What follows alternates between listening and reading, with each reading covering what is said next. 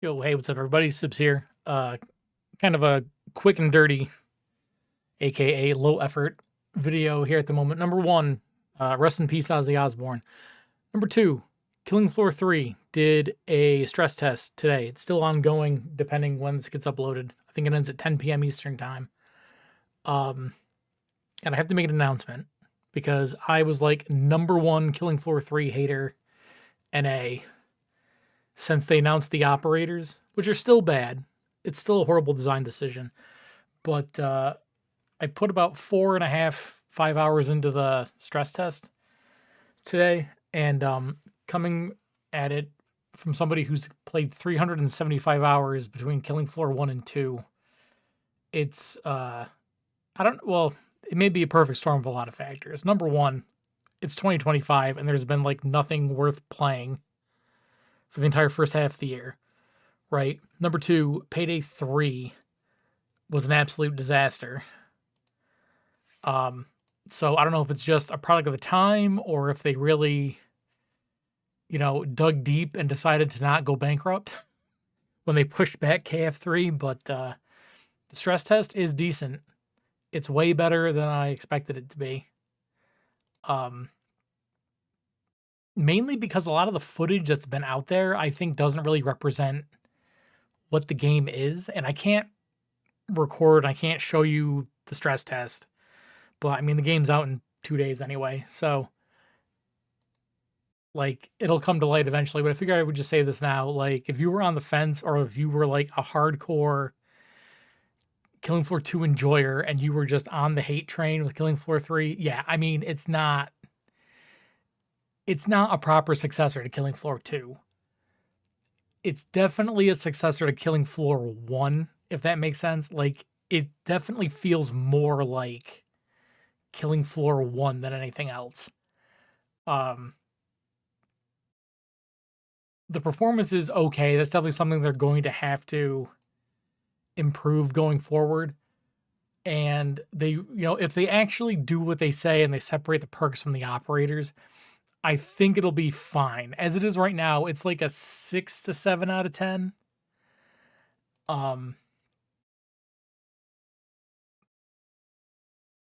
Don't necessarily judge how it looks based on a lot of the footage that's out there, because getting hands-on with it today, and I don't know why nobody has seemed to communicate this in the content that I've watched, the weapon loadout system really impacts the gameplay by a fairly large margin, and the perks are going to be very, very important based on your play style. But yeah, status changed from like 100% hater to cautiously optimistic that it might be playable. But yeah, that was basically the update. I tried every class. Medic and Firebug are still like my standout favorites. Firebug was like my main in Killing Floor 2. It looks like they've merged support and demolition into one character, which I don't love, but it's not too bad. The Z time bar is an interesting choice. The bosses have been interesting overall. I do kind of miss some of the original bosses, but the new ones are different, for lack of a better word. They're definitely better to play against than like the King Flesh Pound and the giant bloat guy from Killing Floor 2, although I miss Kevin and Hans. So I hope they do something and put them in at some point. I also really hope that they figure out how to put the actual characters everybody likes from Killing Floor 2 into 3 at some point, because, like, my God, the new guys are not as bad as they could be, but they're not great.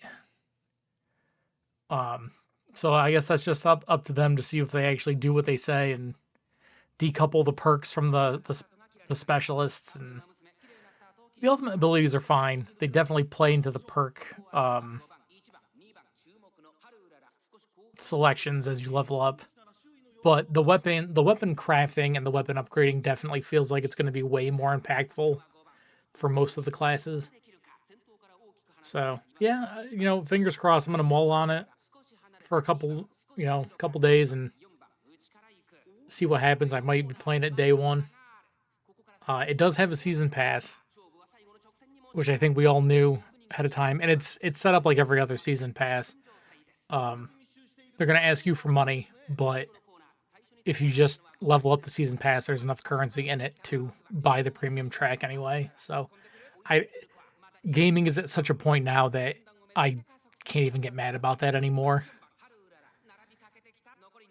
It is what it is. It's just gaming in 2025. I'm less disappointed in it than I was with Payday 3. I think is really the main motivator to make me just say something and get it out there for people to, all 5 of you that are going to see this. But yeah, if you can get your hands on it and try it, definitely try it. The stress test is going until 10 p.m. Eastern today. I think you can still request access through Steam. But yeah, I mean, give it a shot. At least see if it'll run on your machine. I didn't have as many performance issues as I was expecting to have. So yeah, it's definitely kind of changed my mind on the product. I'm definitely a little more positive than negative on it now, but it's gonna really depend on where they go from here. But yeah, that's all I had to say. Hope everyone's having a good week. Catch you later.